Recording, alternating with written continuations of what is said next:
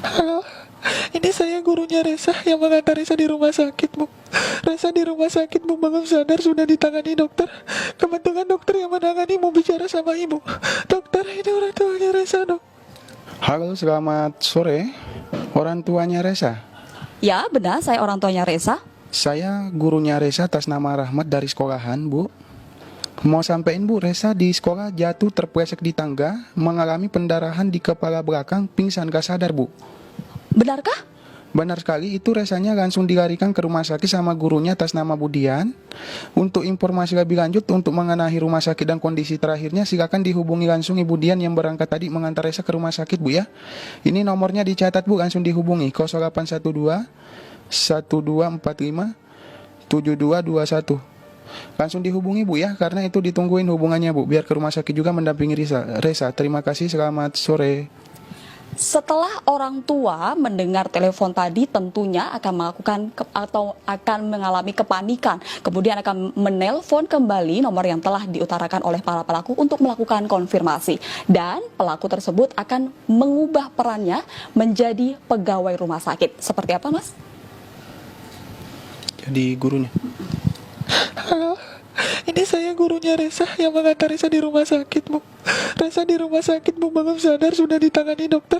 Kebetulan dokter yang menangani mau bicara sama Ibu. Dokter, ini orang tuanya Resa, Dok.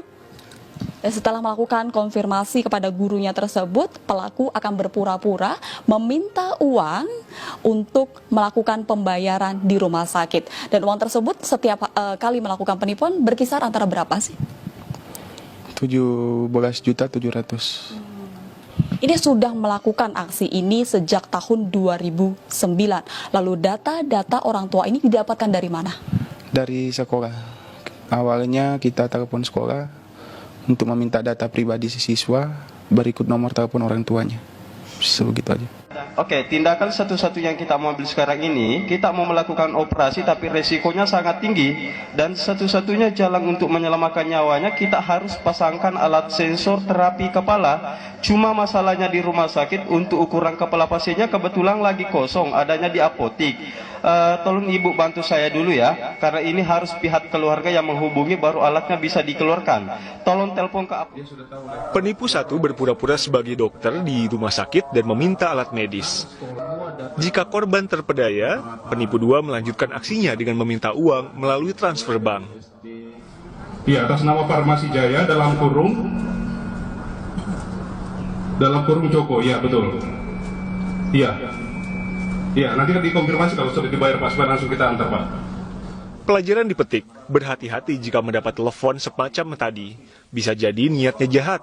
Polisi baru saja menangkap 11 pelaku penipuan dengan berbagai macam modus. Bahwa pelaku ini mencoba menghubungi, nanti kami akan sampaikan detailnya.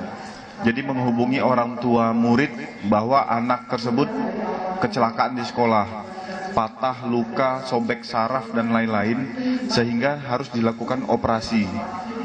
Ada yang berperan sebagai guru, ada berperan sebagai dokter rumah sakit, ada yang berperan sebagai anak korban yang nangis-nangis, ada yang berperan membuka rekening, ada yang berperan mengambil hasil kejahatan itu. Jadi komplit. Lalu dari mana para pelaku mendapat data dan nomor telepon para korban? Mereka mengatasnamakan diri mereka ini orang yang bekerja di Dinas Pendidikan, sehingga menghubungi pihak sekolah untuk meminta data murid dan wali murid, alamat rumah beserta nomor telepon rumah dan handphone. Dari situlah mereka random menghubungi para orang tua korban. Jaringan penipu yang berasal dari Sidrap dan Makassar ini telah beraksi sejak tahun 2011 di sejumlah daerah dan merampok uang hingga jutaan rupiah per korbannya.